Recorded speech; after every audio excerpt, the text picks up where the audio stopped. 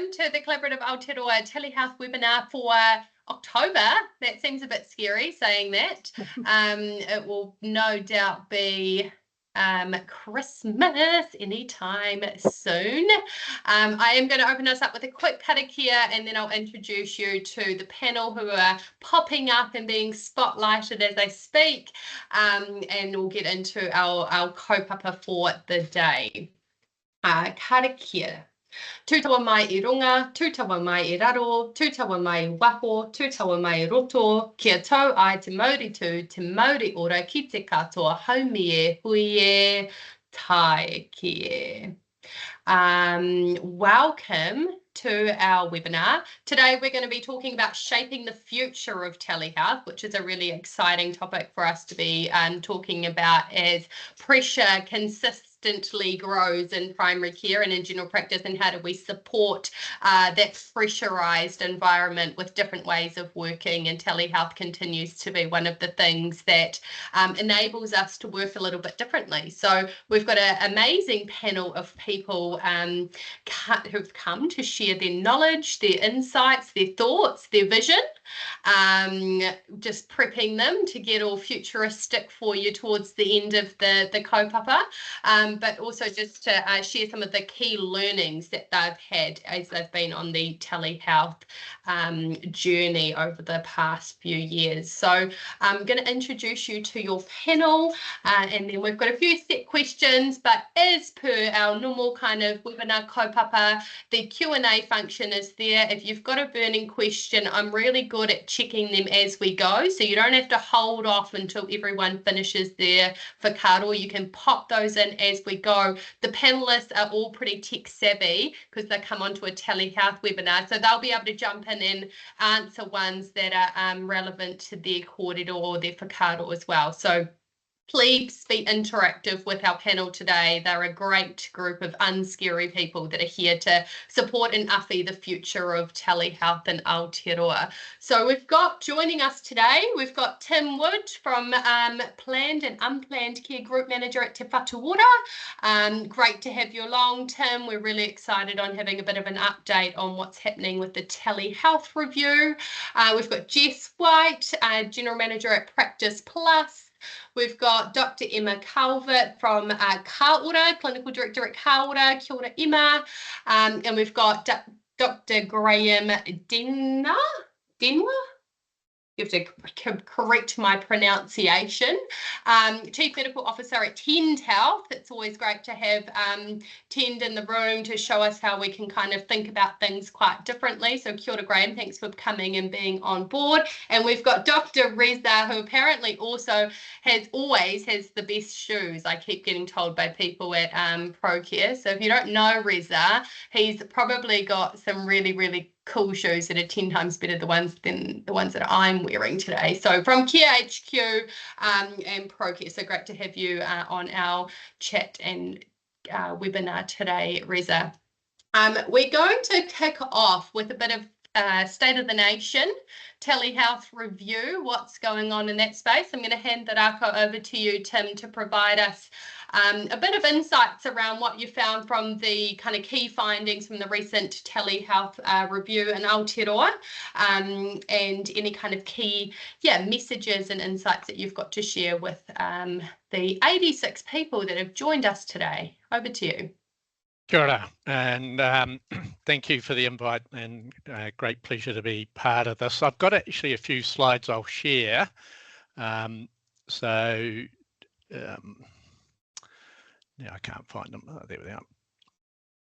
Now, hopefully people can see those slides coming through. So just a quick reminder around what the purpose of the review was from a commissioner perspective within Health New Zealand to inform what we want to do in terms of telehealth services, recognising that the National Telehealth Service contract has been going for 9 years, and Whakarongarau have been providing an impressive service for us, but we need to now think about, so what are the next steps, because in that 10 years there's obviously been significant change in the way telehealth is used, and also significant difference in technology and advancements around that.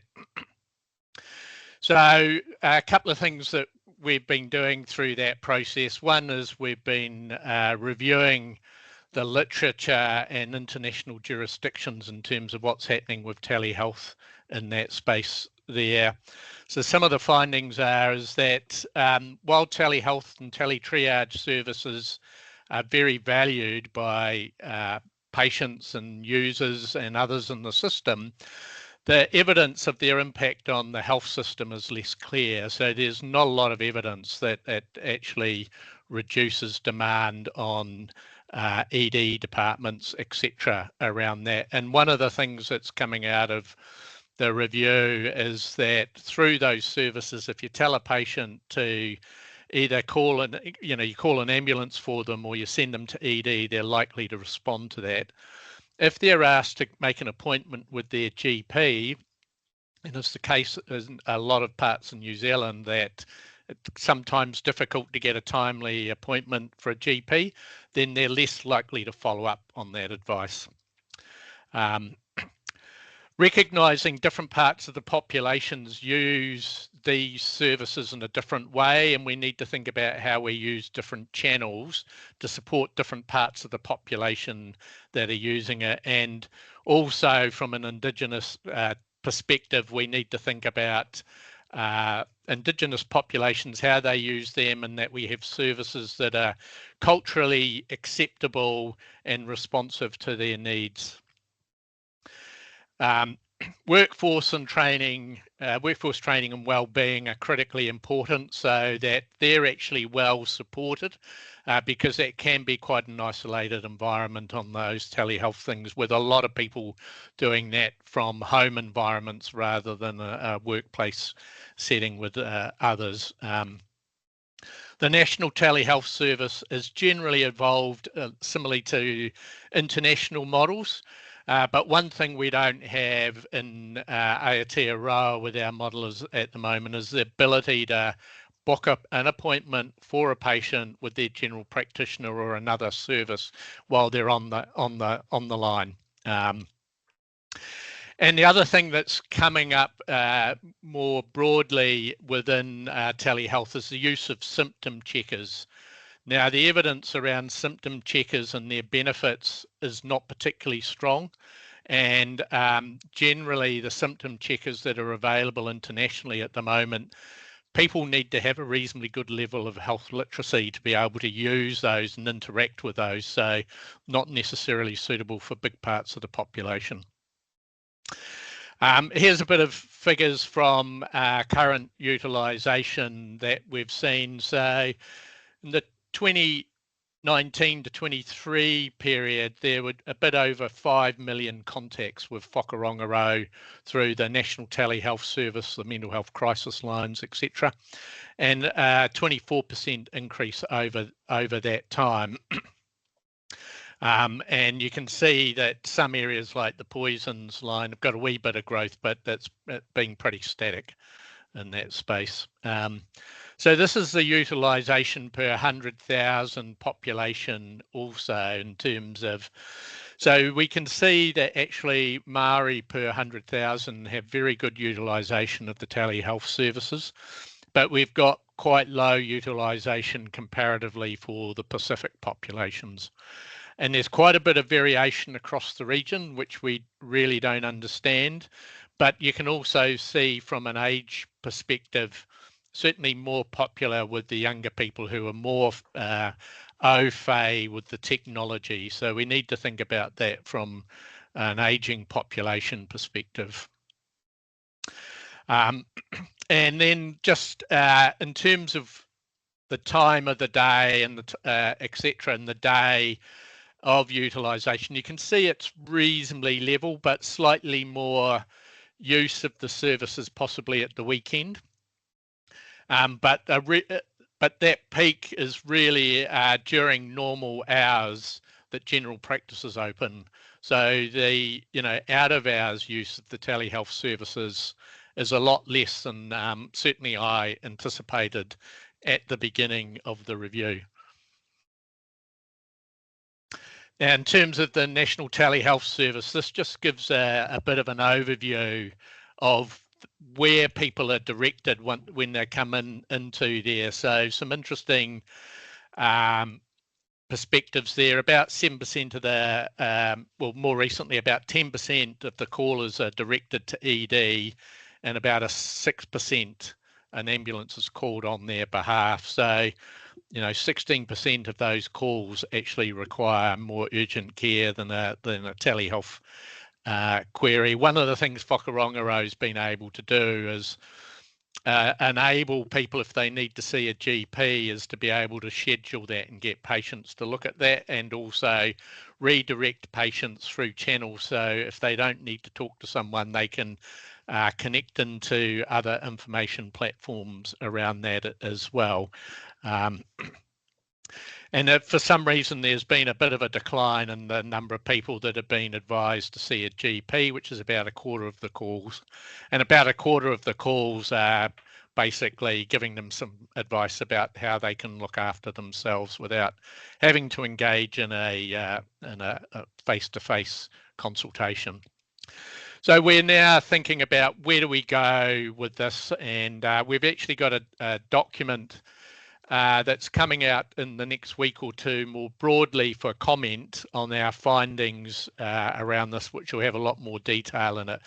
But it does set out a possible future direction. So one of the things is Whatu Ora, there's quite a range of contracts with them and quite a range of services. We've got ACC, MSD and others that contract for them. So there's an opportunity for a cross-government agency consideration about how we work with telehealth services going forward. That integration between the telehealth services and other parts of the health system, such as being able to book appointments online and getting people to the right sort of service they need. And that integration with other health online platforms such as Healthify, HealthPoint, to be able to get people to support themselves rather than going into a telehealth service to find out some basic self-care information, etc. One of the things we're thinking about is, if you look at the telehealth services at the moment, there's quite a few different brands and quite a few different numbers to call. So is there an opportunity in terms of having, say, a 999 number for non-urgent calls, and then in behind they get redirected to the appropriate service, whether it's a mental health crisis line or more routine tele-triage type services and that.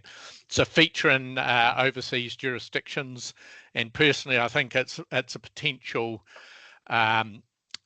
benefit for those populations that don't have immediate access to know which number to call and that. So if you have a simple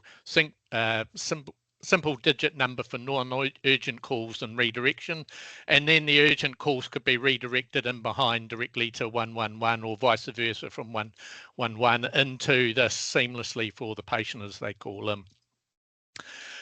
We need to think about the development of the NTS platform and its functionality.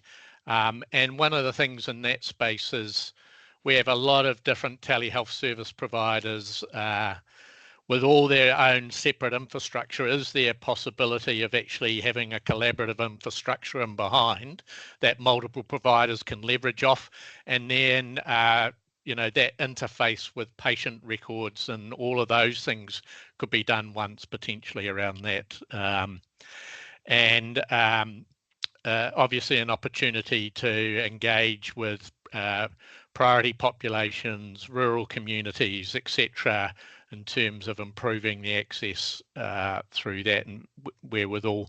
So that's just a quick snapshot of the work that we've been doing and where some of our current thinking is. The next steps for us is to provide some definitive advice up to our executive leadership team and to the Commissioner by the end of the calendar year about where we want to go to with telehealth services and the next steps around that. One thing we didn't look at through the review to date is things like TEND and those other services that aren't contracted directly by Health New Zealand. So at this stage, we have quite limited visibility and insights around the utilisation and the learnings from those particular services and how we connect a National Telehealth Service with those other important telehealth offerings. Thank you. Kia ora, Tim. You might be able to get some insights from Graham on the call. We might be able to provide those for you. So good to have that update and to hear about what's happening. And I'm sure the panel and all of the people listening were thinking about the experiences that they've had with the National Telehealth Service over the last decade. There is a question for you in the Q&A. Will the potential 999 number and all data used to access telehealth services outside of the hospital be free of charge for the patient? Has there been a consideration for cost? Yeah, no, so certainly we would be seeing that as a zero cost to callers if we have a number like that. That's critically important, obviously, to not have those barriers for people to access that care. Yep. Cool, awesome. Same person, extension of the question. Also, have patients / end users been a part of the review that has been undertaken, or has it just been an internal review? Part of our process was to engage with communities through this process. Unfortunately, resources to date haven't allowed us to do that with some of the changes that have been happening with Health New Zealand, but it is something we are hoping to close that gap between now and December to get some more information from service users. Yeah, beautiful. Thanks, Tim. And just a comment there around, are we able to have the slides circulated afterwards? I'm sure Tim will be happy to share them, and also the recording of this webinar will be put on our YouTube channel along with all of our other webinars in case you feel like filling your kete full of my voice. You can jump on the YouTube, put in Collaborative Aotearoa, and you'll get this like whakapapa of history of different webinars we've done over the last 8 years. So there's some really good resources on there. All right, we're going to move into our panel because I know they're like brewing up some great innovative ideas to share with you all. The first question, and we'll do a bit of a round robin to kick us off. Participants, keep putting your comments and questions in the chat. We do want to make sure this is really interactive. But the first one we've got coming around to you all is, what innovative telehealth solutions have you seen that are making the biggest impact in Aotearoa? So we might kick off with you, Jess, and then we'll go to you, Reza, Graham, and we'll finish off with you, Emma. Well, kia ora. Thanks, Jess. I think really where to start is that telehealth isn't something that's completely new. It's been around for a number of years. Primary care's been doing telehealth forever, but I think in the last 5 years is where we've really seen some innovative initiatives and activities come out of telehealth. So I think, you know, and I'm just speaking with my Practice Plus hat on, you know, the development of our model around that complementing primary care and general practice. So the ability for us to work in partnership and really work side by side. So we're not here to compete or take patients away from practice. We really want to integrate into general practice and work alongside them. So some of that work that we've been doing is lots of areas, but just highlighting things around the patient portal integration. So practices are able to flick on and off the switch so that in terms of portal, they can switch Practice Plus on and have their patients flow through to us either after hours or as an overflow service. So when they've got capacity, that's great. They don't need us, they can switch us off. But if they're really struggling either in the daytime or they want to give patients another option after hours, they can flick us on and have us through their portal. So that's been a huge success for us. So that's something we've been working really hard on, but giving the power and the, you know, of the general practice to be able to make that choice when and when not to use us for their patients. So we really take the care of their patients at the forefront. We're just looking after them for them in a space of time that they need us. So that's been a really great option for practices. We record every time, data, but we match where patients come from and where they're referred. So for us at Practice Plus, we're still seeing around over 60% of patients coming through from their general practice. So that's really nice to see that again, we're that complementary partnership model. So that's really, we use our data to give us some really insightful information about the experience of patients and how they're using telehealth, when they're using telehealth, and that kind of right time, right place type scenarios. So that's been really interesting. And then the last one before I hand it over to my colleagues, and I think they'll probably all nod and agree, is AI has definitely been something that's kind of tipped the balance in terms of innovation. So we know our clinicians are using it. We know that their experience has been really positive. It's in a managed environment. It can be something that provides better patient experience, but also provider experience as well. So I think that's really tipped the scale in terms of, do I dare say it, productivity, but also just to give back time to providers in that space and making sure we've got really good quality and things like that. So I could probably go on forever, but I think I've just picked those two to kick us off, and I'll hand it over to my colleagues. Bye. Thank you, Jess. So kia ora tātou. As Jess Morgan French said, my name's Reza. I'm the CMO of Care HQ, and I do have the best sneakers at ProCare. Big fan of Practice Plus. Love what you're doing, Jess White. Agree that telehealth very much was accelerated by the pandemic and the need to meet unmet need. And in a similar vein, Care HQ was launched, by the sector to be a practice-friendly support adjunct to help practices where they can't meet excess demand. And one of the programs that we launched back in 2022 with the Ministry of Health was a digital enablement pilot, which targeted VLCA practices, and particularly Maori Pacific Quintile 4 and 5 patient groups, delivered digital education services and enablement services to help those who didn't have the literacy or understanding of how telehealth would work access the service when their GP wasn't available. And what we saw from that was an increased engagement from Maori Pacific and Quintile 4 and 5 groups from between 4 to 16 times. So it was a huge success, and that inspired us to do cross-subsidized work in other high needs groups like rural practices, student services, homeless patients, even aged care. So that's been a great focus for us. In terms of AI, predictive analytics, I think I should give a big shout out to Morris Pitter at Emergency Q. And if you're not aware, they do great work about modelling demands on urgent care services and emergency departments around the Motu and redirecting that demand, and the great potential to combine that with telehealth services and in-person services to ensure that the right patient sees the right person at the right time. So really excited to see what the horizon looks like for AI and telehealth in the next 5-10 years. Cool, thanks, Reza. Could you also just provide us a little bit of a snapshot around Care HQ and the Southern Cross partnership? Because when we talk about innovations in telehealth, that's quite a unique one we've got in the sector at the moment, but something I'm sure we'll see much more of growing. Yeah, absolutely. So the whakapapa of Care HQ really came from workshops with practices where practices were asked, what could we do to help you to do your work?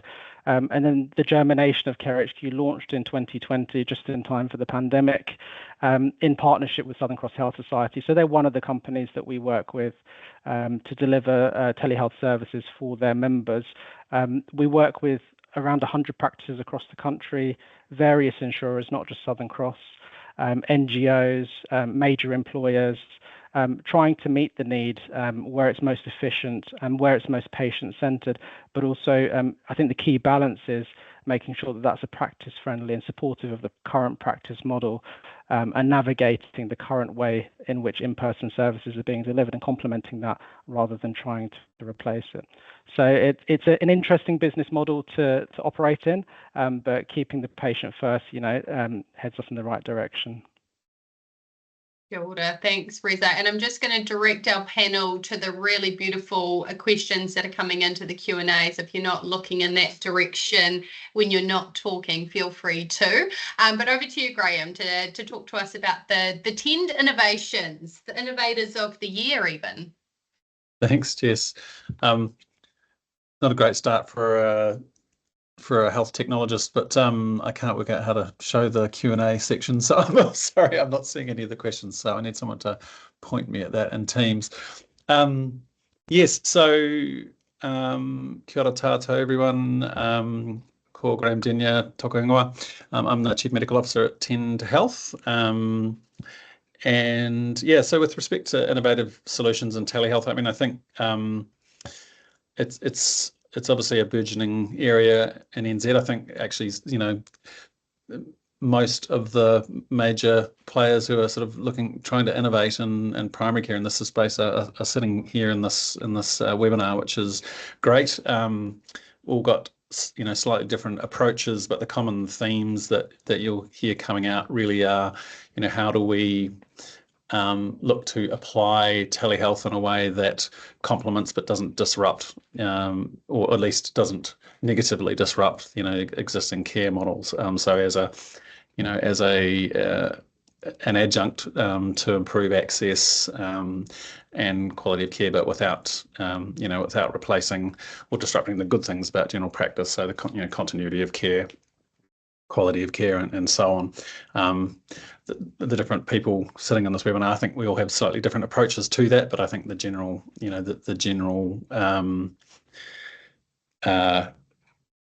kaupapa is the same, So for me, I mean, innovation, part of it is,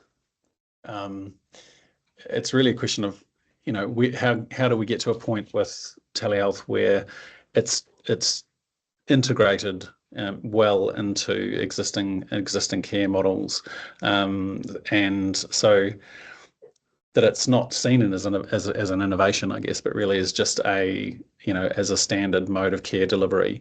But the trick there is really around, and I think I said this at the last webinar, about what you do in front of the consultation. So making sure that the right patients are in the right mode of care, such that we're not actually doubling the workload on the workforce by double handling things, or frustrating patients, or for that matter, providing care that's not adequate or safe in the telehealth environment.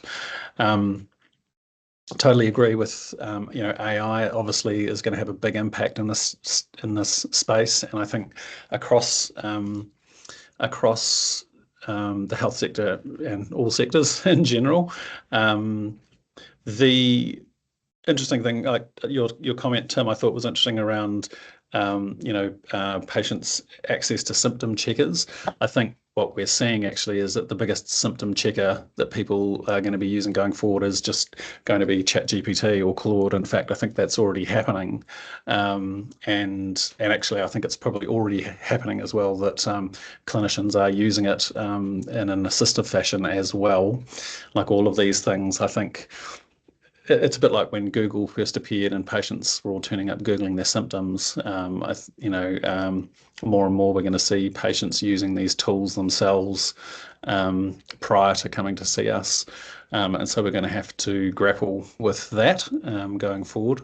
And I absolutely believe that, this is something we need to grapple with sooner rather than later, because the technology is already well ahead of the regulation, and we're going to, it's going to have a really big impact. We just want to make sure that that's an impact for good, and that it's implemented in a way that's going to be safe for patients and safe for clinicians. Beautiful. Thanks, Graham. Over to you, Emma. Well, thanks, Jess. Hey everyone, so my name's Emma Calvert. I'm a GP, and I am the Clinical Director for Ka Ora Telecare, but also do some work with Jess over at Practice Plus. Forgive me, I've got a little cold today, so hopefully we do all right. I speaking last on that topic, my panelists have said some really great bits and pieces there that I can completely agree with. I suppose my last bit to add would be when I think of technology and innovation, I think about simple solutions being used well and making sure we're leveraging current solutions that are there, but having some integration or interoperability with that. So, for example, Ka Ora Telecare, so we're the National Rural Telehealth contract. So we are telehealth only, no in-person services. So a hybrid model to care or having in-person services is really key, and telehealth is just an adjunct to that. But where we've been able to use technology in a positive way is by having databases of our regions and our practices. So, leveraging NHI and NES database, but then matching that across to information per region.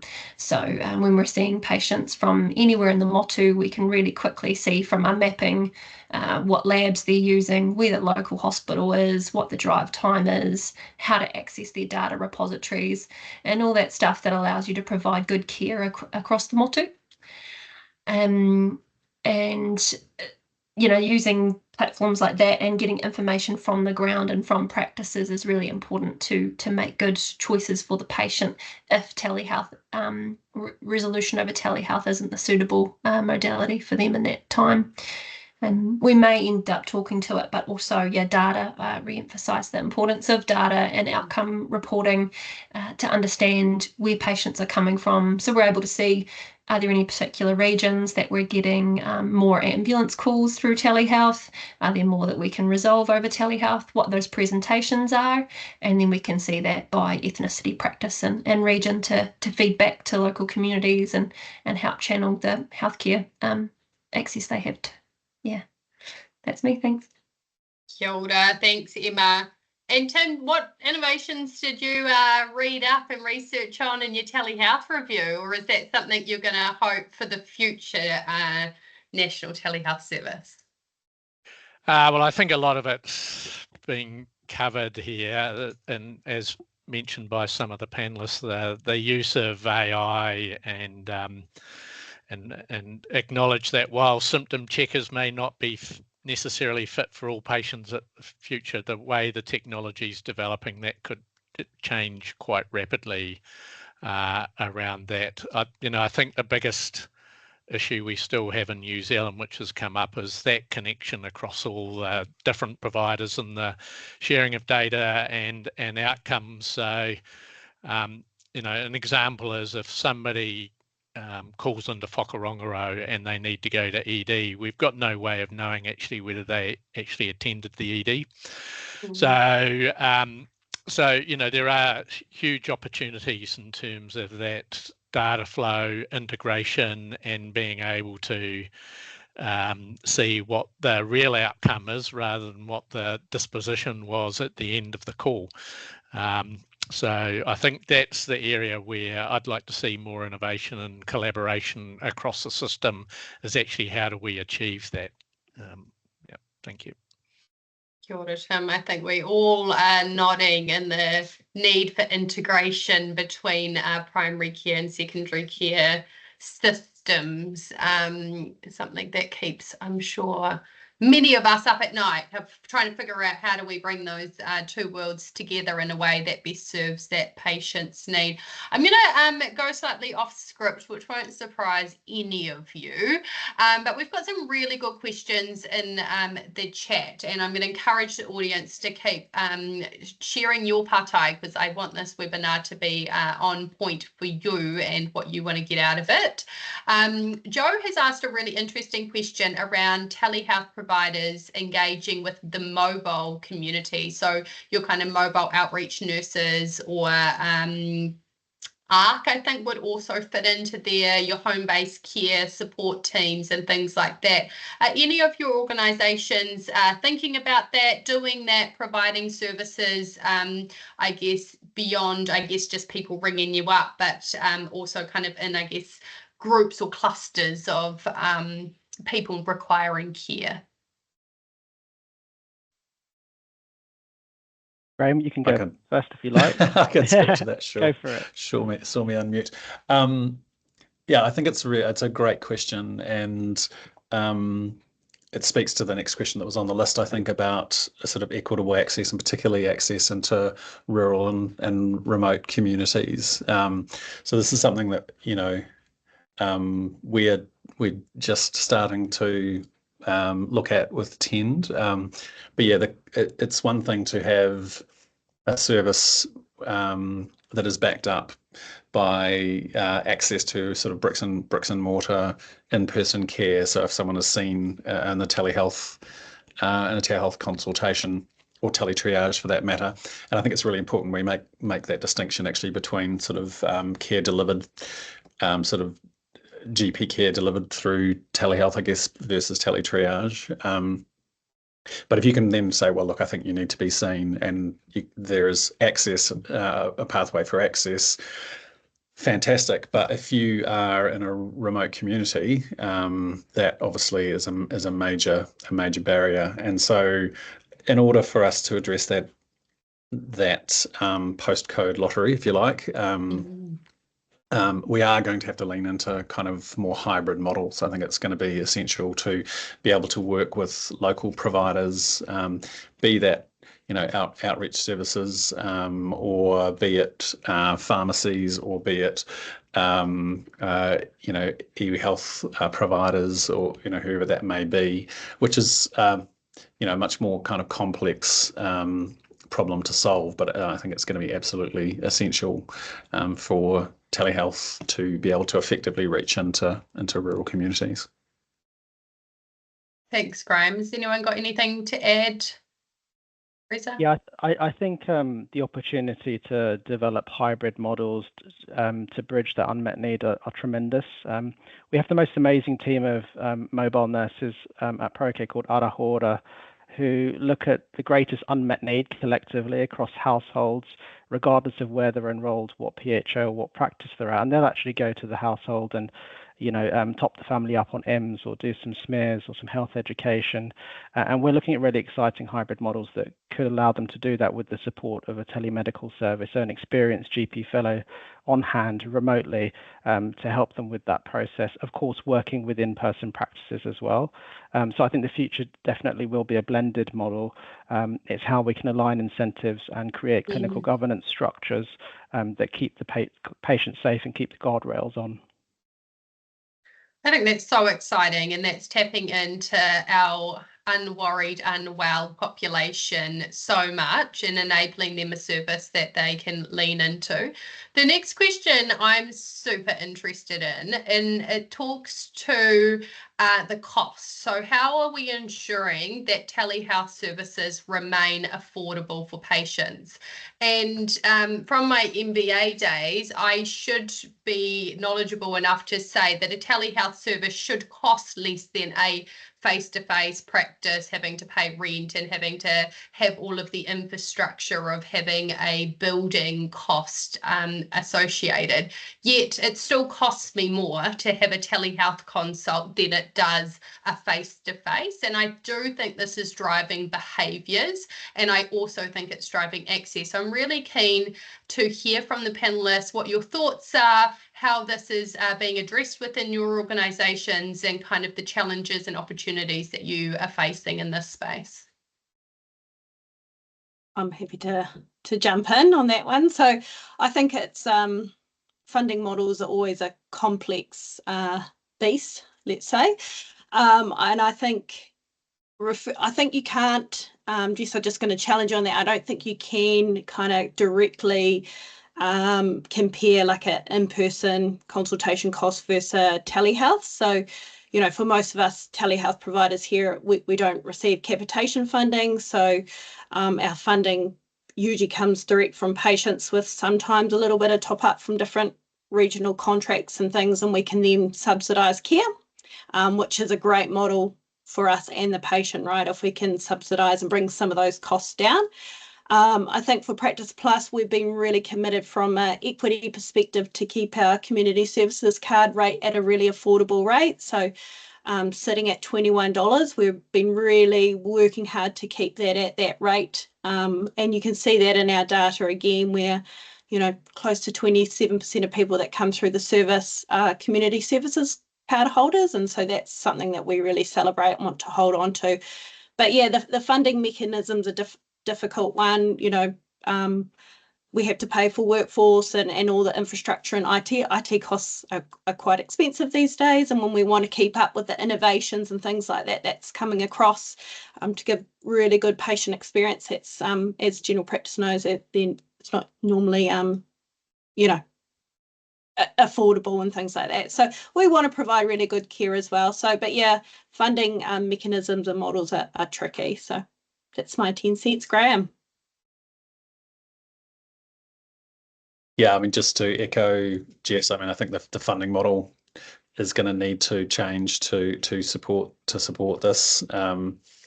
Absolutely. The other thing I would challenge just is around the cost. I mean, whilst it's true that you don't have the infrastructure costs of kind of bricks and mortar and so on, especially at this stage, to make these services work well, there is a lot of investment required around integration and innovation and so on, which is actually really expensive. So it's not true, I think, to say that telehealth is necessarily less costly than bricks and mortar just because you don't have a building. Yeah. Yeah, beautiful. I knew that was going to hit some nerves, which is why I threw it in there. And I think it's really important that we acknowledge that. I think there is this perception, right, that it should be cheaper and it should be more affordable, and you're not having to turn the lights on in your building, but we do need to educate our community on those points and the infrastructure costs that go in that aren't seen necessarily in the real life. So thank you for coming back at that and providing some really good feedback. We're going to flick through a few more of the questions. They keep rolling in. This audience is super engaged, which is awesome. One here, curious to understand if the data collected, recorded under these services is integrated back into existing PMS systems. I think there'll be a little bit of variety across the group, so we might just do a quick fire round on how your organisation manages that. Jess? Yeah, again, it's that integration and things like that. That's kind of IT limiting, but we do our best in terms of that space to feed back to general practices every touch point we have with one of their patients. So we provide that, and practices can pick that up very soon after the consult we've had with the patient. So I think that's really critical. I think when we're probably talking about coding and outcome measures, I think what's happening is that we're a bit of a blind spot to the system. So to get a true gauge on system utilization for primary care, we're not probably joining the dots very well in that space. So yeah, what's happening in Care HQ, TEND, ourselves, Whatu Ora, is not contributing to actually what is the utilisation of primary care in hours and after hours. And so we need to join that up so we can get a true picture of actually what's happening out there for patients. Great answer, Jess. I'm not sure if you're aware, but Emma and I have swapped some SNOMED codes, so maybe we are coding in the same way, and that would be great if we could all code with the same code. So we are starting to collaborate in that respect. But in terms of continuity of care and sharing information, like the other services, we'll be sending discharge summaries by EDI electronically within 24 hours of the consult. That goes without saying, but we really want to be embedded within the practices so they see our notes natively and on notes sharing platforms. So like Practice Plus are doing, we're integrated across several shares in PMS shares, so the notes appear appropriately on each other's PMSs. And of course, we collaborate with note sharing platforms depending on the region. So Health One for the South Island, Test Safe for parts of the North Island and Your Health Summary. The real challenge for us is, as a national provider, I think we have 3 national providers here, how broken up the note sharing systems are nationally and how difficult it is to navigate whānau from the top of the North Island to the bottom of the South Island through those different systems. And I, for one, would love to see more integration on notes sharing and also the patient experience, so they have one place to go to access a range of services. Kia ora, thank you. Graham, Emma? I'll go. Emma, is that okay? Yeah. So yes, like Reza, and I'm sure Emma and Jess as well, the data landscape, especially when you start thinking nationally, is pretty horrendous and really complex to navigate. Our situation is a little different, I guess, in that whilst we're operating nationally, we are enrolling patients providing both in clinic and telehealth services. We have a single patient record across the entire motu. So that's our approach, I guess, to trying to connect everything up for our patients, and also, I guess, from a data capture perspective, we're able to actually capture all of our data across our whole patient group, which which goes into a data lake. So we're able to manage that way. Unlike other services, when we see casual patients, obviously we're passing those notes back to the enrolled practice. Yeah, beautiful. Thanks, Graham. And I'll just jump in before you, Emma.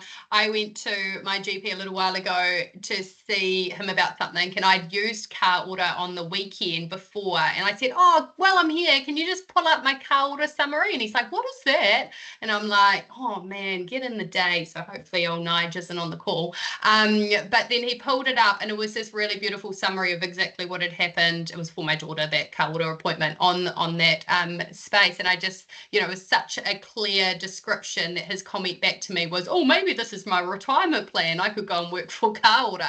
So I might be on your recruitment agency soon, Emma. But yeah, it was just a really beautiful snapshot of exactly what had happened, which I think shows how these services can provide really good continuity of care by pulling that information straight back into the PMS.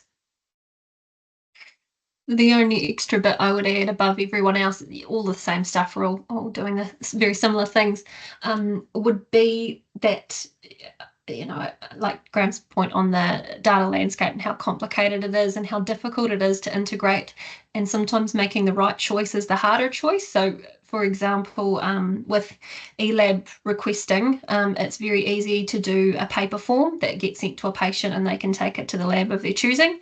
And that's an easy option, but actually can be a little bit of a sloppy option and introduces some risk and manual data entering and all of that stuff. So with my car order hat and Practice Plus hat on, we really make sure that we're knowing exactly what lab we're sending things to, doing it electronically, so it shows really nicely on the CDR or the data repository for the labs as well.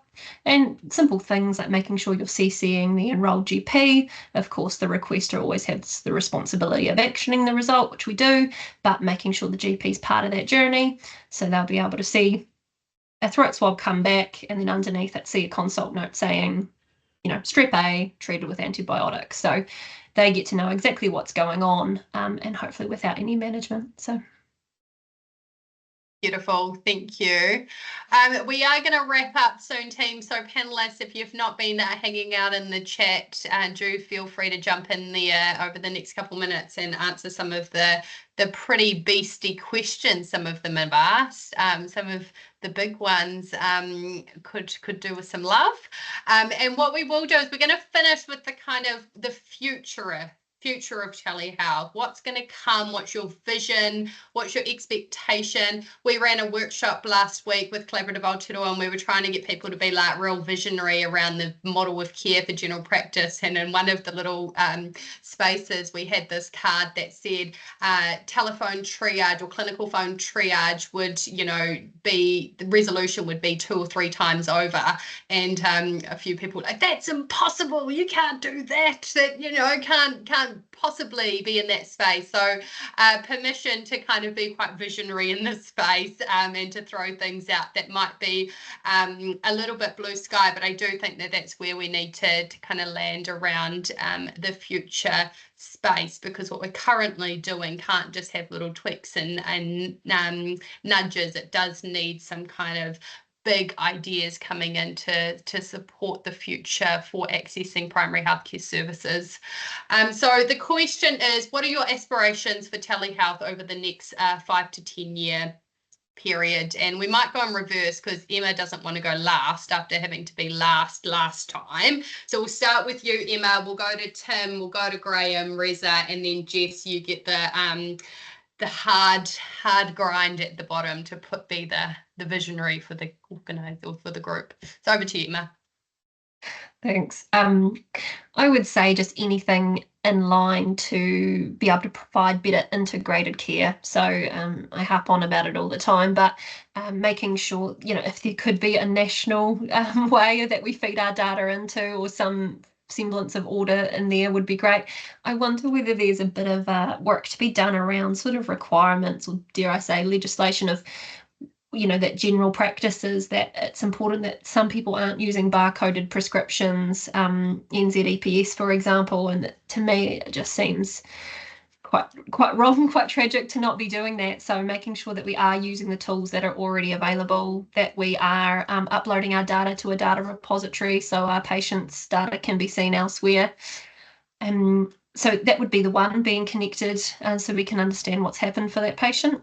And I think more team-based care. So it's been a real pleasure in Whatu Ora. We've been able to have kaiawhina, nurses, NPs, GPs, FACEMs, a really big broad care team, and I've seen the benefits of that. So extending that, I imagine, and the aspiration is that actually I see the clinicians we bring onto our service and the reasons why they come, and a lot of it is around people that just can't do one more day face-to-face in primary care. They're keen to do some more work, but they just want to change things up. Some people are semi-retirement. Some people have different disabilities that mean that it's difficult to practice in person. So I suppose for the future, it's seeing that actually we can sustain our workforce better with this work as well. Kia ora, Emma. Thank you. Over to you, Tim. Yeah, look, firstly, I think it's worth acknowledging just how advanced primary care is compared to the rest of the system in terms of taking up telehealth. So, it was raised in the chat, why isn't it picked up more in secondary care for FSAs and other things, so patients don't have to travel into the hospital? So I think that is one big area for advancement across the system.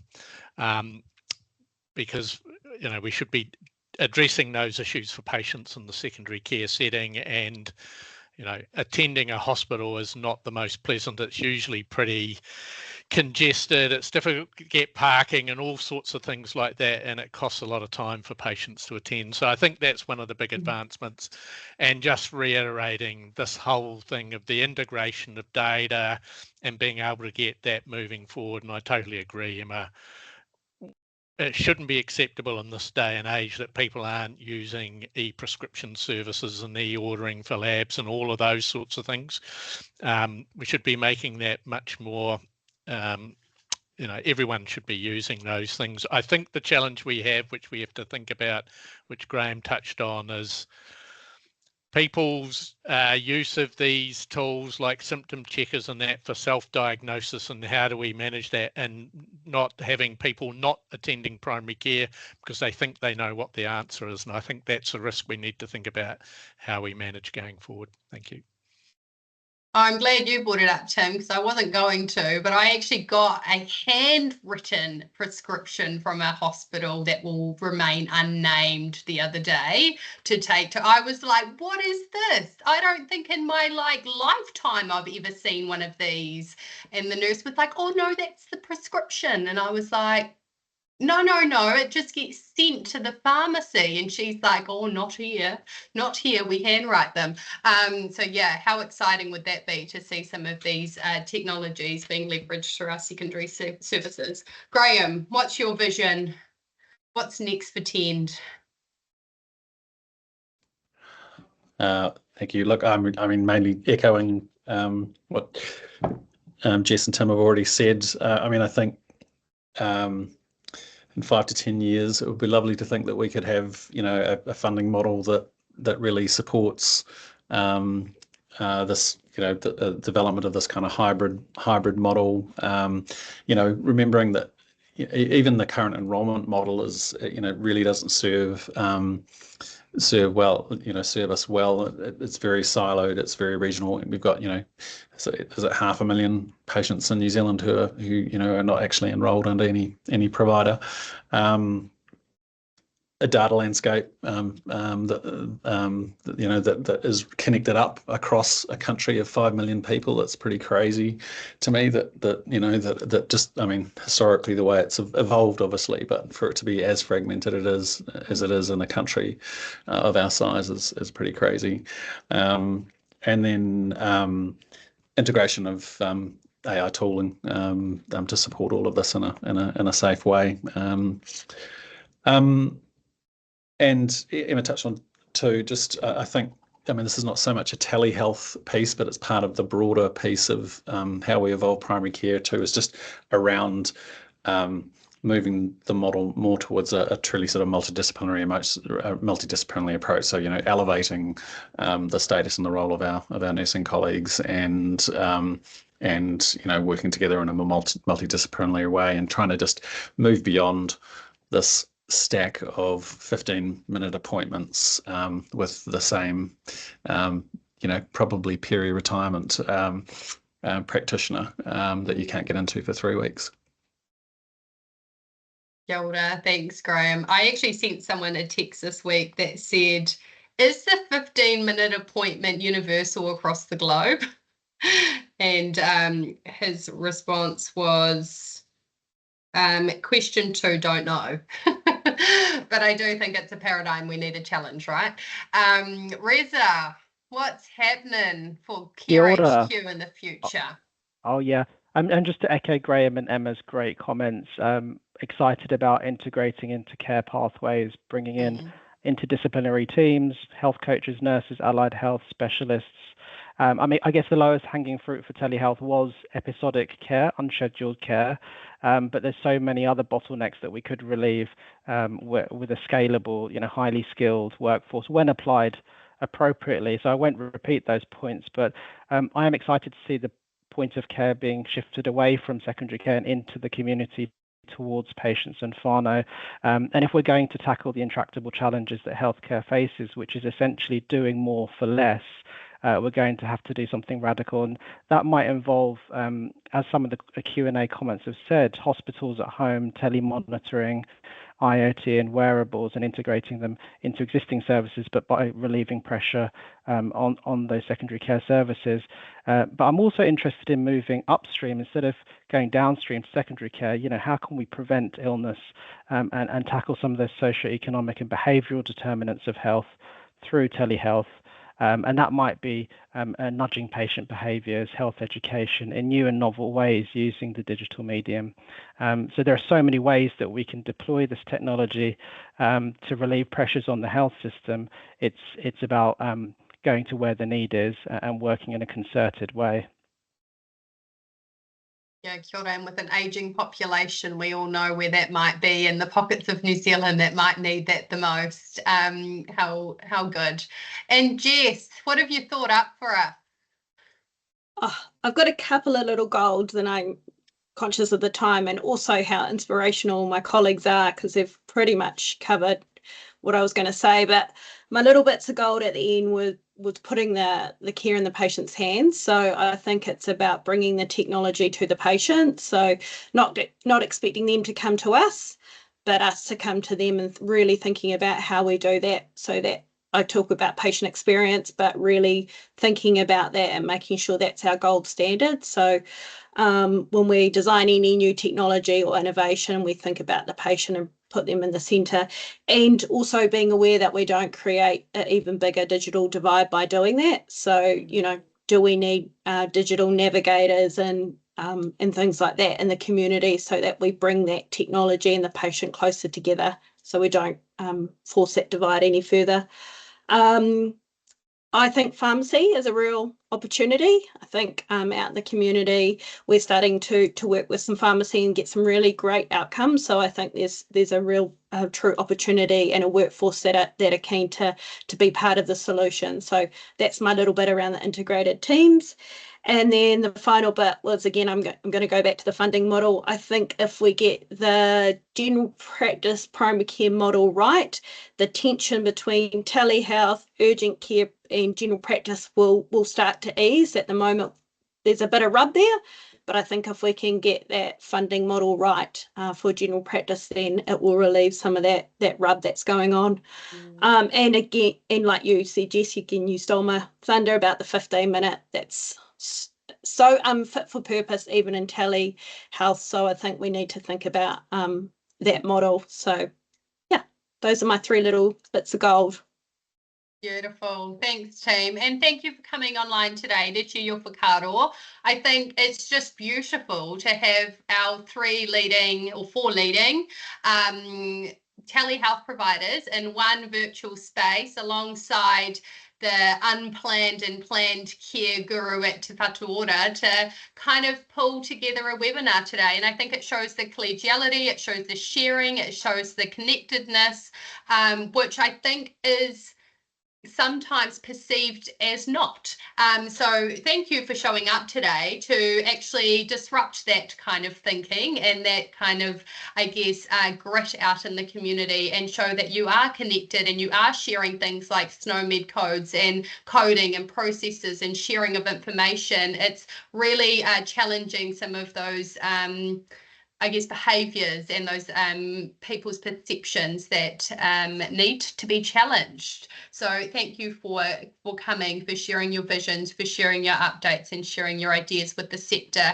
If you're at a practice and you're not currently doing telehealth and you're wanting some help with it, do reach out to Collaborative Aotearoa. Ni, who put together the webinar today, hiding in the background, doing all of the good work around this kaupapa, would love to support you. So do reach out to Collaborative Aotearoa. We are here to awhi and support any general practice or community primary care provider across Aotearoa to do and to implement and to really leverage telehealth within your practice environment. So Ni has got her email smothered all over our website. There's lots of different contact points that you can get in touch with us, and we really welcome you to get in touch if you're having some challenges that you'd like to work through.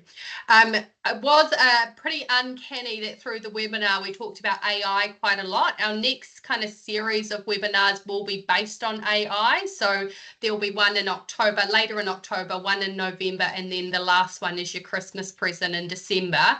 And there'll be a series of 3 AI webinars where we'll be talking about scribing tools, we'll be talking about governance, we'll be talking about the things that you need to do as a practice to get ready to implement these tools into your environments. But we'll also be talking about some of the other tools that are coming out to support your practice that aren't just a scriber. So look out for those that will be kind of announced in the next fortnight, and there'll be a kind of a series of 3 that will run over a period of those 3 months. I'm going to close us out with karakia. Apologies for being 3 minutes late, but I just wanted to make sure that you got all of those juicy updates for your calendars and for your kind of thought process moving forward. And again, huge acknowledgement, thank you to our panelists today. You've been an absolute pleasure, taken all of the bait and also provided us a whole lot more. So ngā mihi kia koutou. Closing us out with karakia. Kia tau, kia tātou katoa, te ata whai o te tātou ariki a ihu karaiti me te aroha o te atua me te whiwhina tahitanga ki te wairua tapu, aki, ake, āmene. Ka ki te koutou.